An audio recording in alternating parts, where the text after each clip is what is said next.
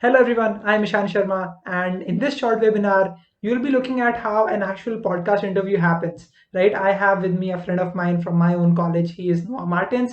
He has two podcasts. Number one is Animate Escape, and then he started another podcast called as Bits and Pieces.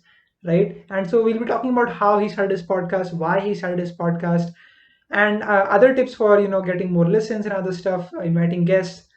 And so, yeah, this would be a great episode for you to, number one, learn about how an actual podcast interview happens, and two, actually look at a life of a person who is already doing it. Right? He's a podcast host and he's doing it for over 1 year. So I hope you'll be able to learn something from this episode. If you do, and if you'd like me to help you out get your podcast started, do fill out the form. The link to that will be in the description, and I'll definitely reach out to you, and we'll get your podcast started. Now let's get started with the webinar. I decided I'd try to arrange for mics. Mm-hmm. And I obviously couldn't buy them because I didn't even have my proof of concept yet. This Yeah. episode would be the proof of concept. Mm-hmm. So I tried to borrow mics. So I managed to borrow two mics from two separate people, and they both happened to be the exactly same mic. There's 10,000 rupees Sennheiser mic. Yeah. So we got those, and I got two of my friends to come and record video for me. So both of them had DSLRs. There was like so much equipment in that room, but I paid for none of it. Yeah. And so that episode of the podcast ended up getting around 15,000 views and streams across platforms. Exactly. Which like, was yeah, huge. Even I listened to that. That was amazing. Yeah, for a first attempt. So that was all the proof of concept I needed. And so after that, I decided like maybe I should invest in mics. So I bought two of these. So I don't think you need equipment to start a podcast. I don't think it's compulsory, but I do think it helps a lot. So this is this company is called Maono. They make just audio equipment, and each of these mics actually costs 6,000 rupees. But I got two at a 50% discount, and I kind of got the money through the podcast itself, because after I did that podcast and I became a little popular, I started getting paid stand-up shows. Yeah. So technically, the podcast did pay for itself. So whatever I made from the stand-up, I invested into this. And so I got a couple of mics, and I think it really helps with the aesthetic of it, and it really helps also with the quality of the audio. So if anybody does a podcast and they're consistent and they're serious about it, I would think that investing in mics is a good idea. Exactly. So anyway, so that was that. I'll try my best to get my equipment as soon as possible. Yeah. So that's that podcast. So that podcast was called Animate Escape. That was the name of that podcast. And then later, I had wanted to start a BITS podcast for some time. So in Jan, I started this podcast called Bits and Pieces, where I interview entrepreneurs and founders, and not just founders, also just like society's exceptions. That's the theme, to interview society's exceptions. And I've had a bunch of like really high profile people on that show. I've had Uru Jashfaq, the stand-up comedian. Yeah. I've had Sanjay Nath, who is one of the biggest venture capitalists in India. Shashank Murali, he runs one of India's top 3 startups. So yeah, it's been a great journey, and I think I've learned a lot doing this. Tell me a little bit about what are the tips for, how can someone get more podcast listens? What would be your hacks and methods for that? I think I'm still learning that. I don't think that I've reached a point where I can say I know the answer. Okay. But so I have one podcast. So I currently run two podcasts, Animate Escape and Bits and Pieces, right? They're two separate entities. Animate Escape is for local Goan artists and business people. Bits and Pieces is for these society's exceptions, right? The big shots, the giants. The difference that I can see between the two is one of them gets like 10,000 plays or views per episode, and the other gets barely like 500 to 1,000. But even though the guests at Bits and Pieces are much higher profile, there are much less views, and I think the reason for that is I've not differentiated myself enough. Okay. It's too general. I think that the primary advice I would give anyone who wants to start a podcast is to have a very clear theme. Because when you have a theme and when you define clearly what you're going to do, people know what to expect from you. And when people know what to expect from you, then you can then you'll grow an audience. You'll grow an audience who's interested in whatever you're offering. Yeah. But if you're too general, you're never going to end up reaching. You're not going to know what exactly you're doing, first of all, and secondly, you're never going to end up reaching the audience you want. Like for Animate Escape, it's a clearly just a Goa show, right? So I pretty much own that entire niche. I own that entire market because nobody else is doing this. Like there are 2-3 other people who have started doing it, but only after I did it, right? So I own that entire niche. But with Bits and Pieces, I'm trying to target such a huge audience that I'm not managing to reach anybody. So I think that a key that everyone should keep in mind is to have a very clear theme, because the more general you are, the harder it will be for you to grow. Okay. And how do you So market that's the your primary tip I'd episodes? give anyone. Wait, I'm not done with tips. Okay.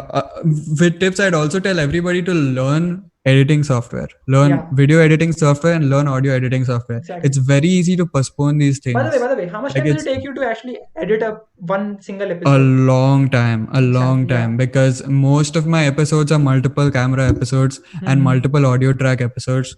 So it probably takes between 4 to 10 hours, I'd say, Okay. because I have like fairly complicated graphics and stuff like that. Yeah. And I try to, so when I'm talking about something with my guests that every listener might not know about, like sometimes I'm listening to a podcast and they're using technical terms that I don't understand, right? Yeah. And the only thing I can do in that case is to pause the video, Google what the term is, and then come back to it, right? But that's kind of inconvenient, and Yeah. that those cues that I used to pause and go Google might be cues for someone else to just leave the video. A lot of people might just leave the Right. video. An example of that So could be you interviewing Shashank Murli, and then in the middle he talks about how he started Tap Chief, and then there was this text in the at the lower part of the video. It was like Tap Chief does this, right? Yeah, that's pretty yes, cool. exactly. Because he doesn't define what captive is. And even so, I released an episode today with this. So this was an Animate Escape episode with this Goan investment firm. It's not an investment bank, an investment firm. And the guy who I was interviewing started talking about SIPs. Yeah. Okay. And I'm sure most people don't know what SIPs are. So in the bottom, I defined what SIPs are. Okay. And yeah, so I think that doing things like that can help to retain your audience. Just making the content simple. Small things do matter a lot. So I would say that so like I was saying, learn editing software, because it's very easy to postpone learning editing software because it's hard. Learning something like this is like donkey work. It is hard. Okay, for the most part, there's not much creative thinking involved. There is a little bit. You can say to some extent there is, but for the most part it isn't. It's just like it's just a grind. Template that you're using basically. Yeah, exactly. So it's not really mentally challenging, but it takes a lot of time to do. And it takes a lot of time to learn also. Yeah. So, but I'd say that just learn it, because otherwise you're just going to postpone learning it, and then you're going to learn some lower level software. Like that's what I did. I started with Movie Maker, Windows Movie Maker. And that software doesn't do anything. My first few YouTube videos are made with that software. And you can't layer multiple tracks, nothing with that. So then I moved to the software called VideoPad, which is slightly better than Movie Maker, but still not Premiere Pro level. Yeah. And I wasted some more time over there. It was really hard to edit things until I reached the point where I wanted to do something that software was not capable of. And then I moved to Premiere Pro. And so that's how I kind of learned it, because I moved from like software to software. Yeah. And software, there was only like a few extra things that I had to learn. So by the time I came to Premiere Pro, I didn't really need to learn to edit, because I already learned to edit. I just need to learn a few extra things. But I think that's a bad way to learn it. I think like a much better way to learn it is to just learn it properly from the basics, from a YouTube video or some course. You can easily get that done. Yeah. So I think like it's important to learn the software early so that it's easy for you. And yeah, make sure that like, I think audio is much more important than video in any video. No matter what the video is, anything for YouTube, audio is much more important than video, because if the video is great but the audio is bad, nobody's going to listen to it or watch it. But if the audio is great and the video is average, people are still going to watch it. So make sure that your audio is clear, and if your audio is not clear, use software to clean up your audio. So these are things that I think people should learn. So yeah, that's the tips. What was the question you asked after that? Yeah, I want to ask you, how do you invite guests? Because this is something that many people were asking me after the first webinar. They were like, "Oh, how do I get Hmm. this famous personality for my podcast episode? How do I get them to be on my podcast?" So, what would be your tips for that? There's two things that I do. One is I approach people at conferences and stuff like that. When I meet people, I have conversations with them, and then at the end of those conversations, I ask if they're willing to be guests on my podcast. That's one way. That's the in-person way. That's easier in some senses but harder in other senses. It's easier because you get to meet the person face to face, and it's a lot easier to convince someone to do something when it's face to face. Yeah. It's harder because those people aren't planning to do your thing, so Hmm. you have a lot of responsibility to them. They spend so much time giving you what setting you're going to be recording in, or what like how much time you have to prepare for whatever you're doing. So all of those things are some constraints. But the other way is to email people. Cold That's how emailing. what I do. Yeah, cold emailing. I use LinkedIn, I use Instagram, I use Twitter. I use all these platforms to cold email people. And I just try to create a network. Like if I get a guest on the podcast, I try to I'll use their help to get the next guest. I'll Yeah. ask them if they're willing to ask a friend to do it. That's Right. a good tip And for this, everyone. Like if yeah, you can get yeah, one person, you can just ask him, "Oh, what do you think yeah, should be the next person that I should interview?" Depending upon what the yeah, niche is yeah. for the podcast. That's really Yeah, cool. which do you Yeah. think is the next person, and do you like, or you could like if it's someone. So this is an example that didn't work, but I know that. Do you know who Kunal Shah is? The Kunal free Shah. charge. Yeah. He's the founder of Free Charge Mm-hmm. and Cred, Okay. right?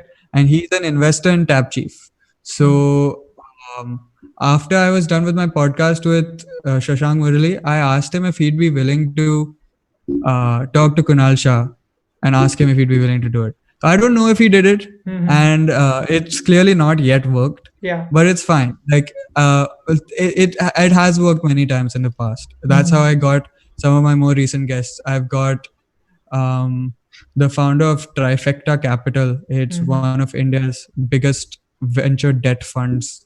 That's Okay. an episode I recorded like a couple of weeks ago. Mm-hmm. Last week, probably, I think. But anyway, yeah, so I have got a bunch of interesting episodes that way. So those are the two things to do, and you have to have a very strong pitch. You can't just be very general in your pitch. You have to treat it like a proper pitch where you have to convince that person that this is you're not going to be wasting their time. Yeah. So you have to really believe in what you're doing Mm-hmm. to be able to pitch well. Exactly.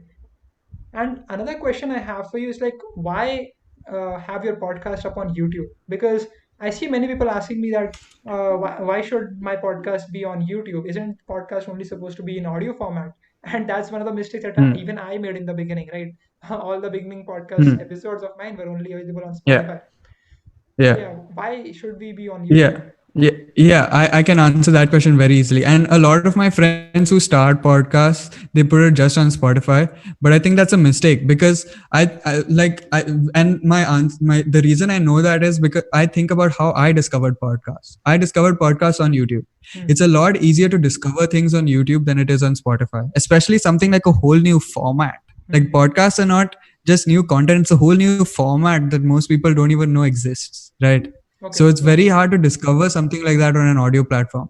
But the YouTube algorithm works in such a way that it recommends things to you, and it's a lot easier to discover things that you might not know that you like on YouTube. So that's why, since there aren't many podcasts in India and most people don't even know what a podcast is, that's why I put it on YouTube, because it's a lot easier for them to find it.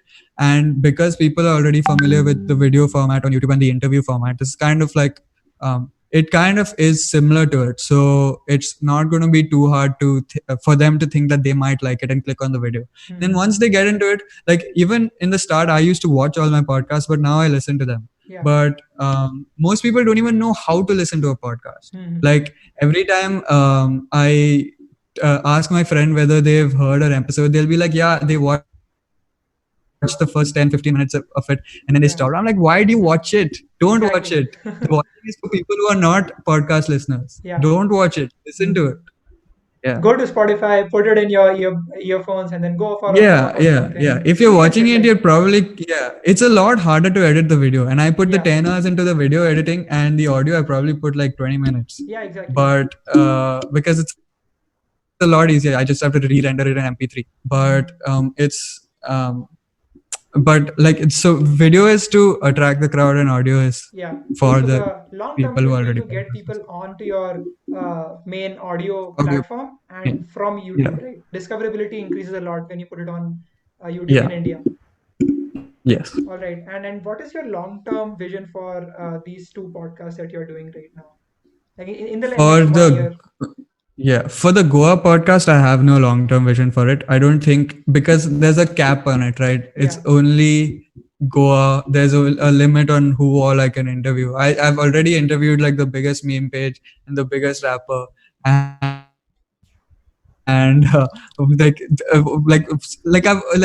it's there's a very low ceiling on Yeah. how far this can go. Hmm. Like I could expand it into making it something else. I could make it like a pop culture podcast or something like that. Yeah. But in its current form, there's not like much I can grow it to. So there's no long term vision for it. But for bits and pieces, if everything goes right in the next few years, it will be one of India's biggest entrepreneurship podcasts.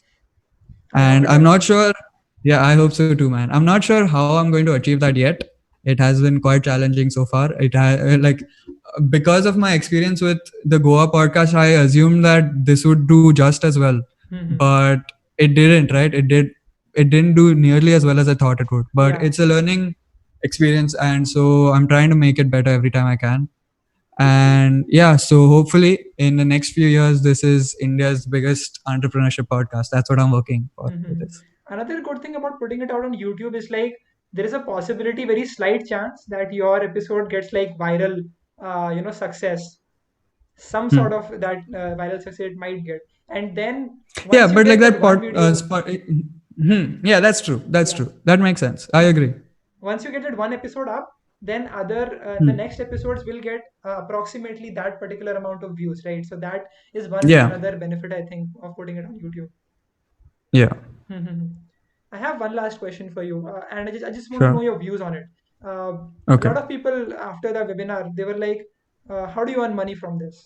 Right? Their end goal Hmm. was like, "Tell me, how do I get the money from this podcast?" And I think Hmm. that is so Hmm. wrong to look at it in that perspective, right? Like even Joe Rogan, like he earned the most amount of money from his podcast after 11 years, right? Hmm. He might be doing sponsorships previously, but this is the most chunk of money he has earned, right? Hmm. So what would you tell to people that are starting podcast, looking at the monetary aspect of it? Like, to me it has been 6 months and I haven't even earned single dime. I don't think I'll earn in the next 1 year. What do you think? Hmm. I think if you're doing it to earn money, just don't do it because you're not going to earn money. Hmm. Like if you're looking at podcasts as a means to directly earn money, don't do it.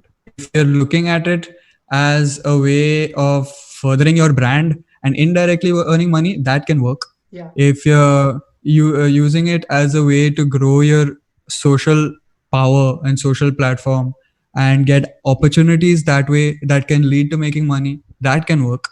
But if you're expecting people to directly come and give you money for doing a podcast, if that's the mindset with which you're going into it, don't do it Hmm. because you're not going to make money doing it.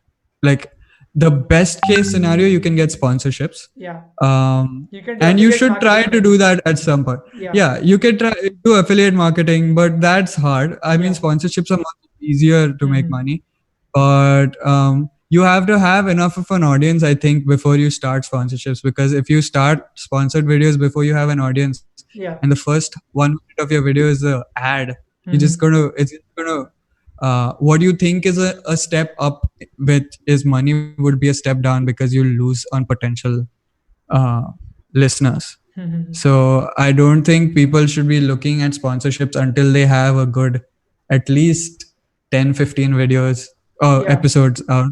Hmm. And at that point you can, I guess, if you can make the ad, like if it depends on who you're doing the ad with also. Like if you so I did get a sponsorship deal recently Oh with wow. Red Wolf. Okay. Okay. It's it's a t-shirt making company, and so Yeah, they yeah. are sending us a bunch of t-shirts, and they're giving us creative freedom to do whatever we want with it, like Mm-hmm. with their ad. So if we can make that interesting, we'll try to. So that's also something I'm just experimenting with. I'm not expecting to make serious money with this. it's Mm-hmm. just it's just a test to see whether this does good things for us or bad things for us, because it's also exposing us to their social media following, because they Yeah. will also share whatever we do. Mm-hmm. So we'll see if that works out, it works out. But I don't think people should be going into this looking for money directly.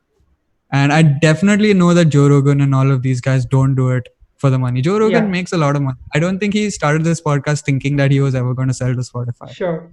And he makes money doing stand up, man. He makes a lot of money doing stand up, but like not this kind of money, not $100 million. Yeah, yeah. Uh, But a good amount. but yeah, he was already a millionaire. He was already like a B-list celebrity. Yeah. He does this podcast because he enjoys doing it, clearly. Mm-hmm. Like he doesn't have any schedule for releasing. He doesn't release trailers or anything. He just releases episodes whenever he feels like, right? Okay. Yeah. So I think that the purpose of a podcast should be, like if you start one, it should be uh, To because learn you from people, want to maybe. build. Yeah. Yeah, yeah, it depends. You can have different kinds of podcasts, but it's Yeah. either to build your brand or to like you could have an entertainment podcast also. Like a Mm-hmm. lot of the podcasts I watch are just comedy podcasts where Yeah. people are just talking and stuff like that. So it depends on what you want from it, but money should not be the motivator, because it's not going to happen. Mm-hmm. Okay. I have one personal question from you, from like one podcast Sure. host to another. And that is like, Okay, sure. uh, what are the biggest lessons that you've learned so far from interviewing such big people, both in the comedy, industry and in the startup and founder industry? Like, what are your biggest lessons so far? Ah, shit, man, that's hard because there's so much in every this thing. Honestly, this is not directly answering your question, Yeah. but I feel like something that this is not answering your question, rather, it's just a side note. I feel Mm-hmm. like something I should do more actively, and I think most people should do, is if you're interviewing someone on your podcast, try to be active in the conversation and listen to what they're saying rather than Mm-hmm. thinking of what the next question is going to be. Yeah. Because if you're too caught up in trying to think about the next question, you're not going to really properly experience that moment or be able to get the most out of the conversation with that person. Because when Mm-hmm. you listen to them, you can ask them questions based on what they say, and the conversation matures much better Mm-hmm. rather than like you just asking the fixed questions that you had in mind. You're going to end up with something, but it's not the best thing that it could be. Yeah. So I think that if you're going into a podcast, you should keep that in mind. Mm-hmm. um, some of the things that I've learned are to to have a vision for what I'm doing, Okay. to do what I'm doing for the right reasons. This is something that I learned from Sanjay Nath, I can say directly, Mm-hmm. because he spoke about, like, if he said the same thing about startups. He said if you're doing a startup to earn money, don't do it, because there are a lot better ways to make a lot of money, and they're a lot less work than starting a company. Mm-hmm. Because like being a founder is hard, and I realized that I was very frustrated at that point that my podcast was not doing well. But I realized that um, I was still in a learning process, and I am still in the learning process, and I shouldn't expect the results really fast, because I'm still at a very early stage. Yeah. So that's something that I learned, to be patient and Mm-hmm. to do things for the right reasons, and to have vision. I can say that I can honestly tell you something that I learned from each and every episode. It's like Okay. that. Mm-hmm. It's so there's a lot that I've learned from almost every one of these people. So Mm-hmm. yeah. Okay. Mm, One of the common narratives that I have experienced for every single podcast episode of mine is that after, at some point, like whatever question I asked them, like, how did you get into Google? How did you get that internship? How did you start that startup? How did you go through mm, that hurdle that not many people have gone through? And they would just say mm, that it was just hard work. I just worked at it. And that is so true. mm, Like for most people think that there is some secret formula, but it's just hard work and consistently putting in deliberate hours of practice, right? That is something that I think has been common for every single person that I've interviewed personally. So yeah. Hmm. Hmm. Yeah, that makes sense. I agree. Hmm. It's yeah. Awesome. All right, everyone. I hope you learned something from this episode of like it was a webinar, but it was a podcast. So you got a live Hmm. podcast interview experience. I hope you learned something from this. Let me know if you have any questions in the chat right now. Good to see you, Noah. Great, wonderful, amazing. Had a great talk, Noah. Thank you so much for joining in. Thanks, thanks. Yeah, it was nice. Any questions, anyone? Oh, okay. All right, no problem. Okay, then we'll Yeah, sum cool. it up right now. Thank you so much for joining. I'll Cool. have the link Thanks, to man. this recorded call if you want. Okay, thank you so much, and I see you in the next one. Bye bye.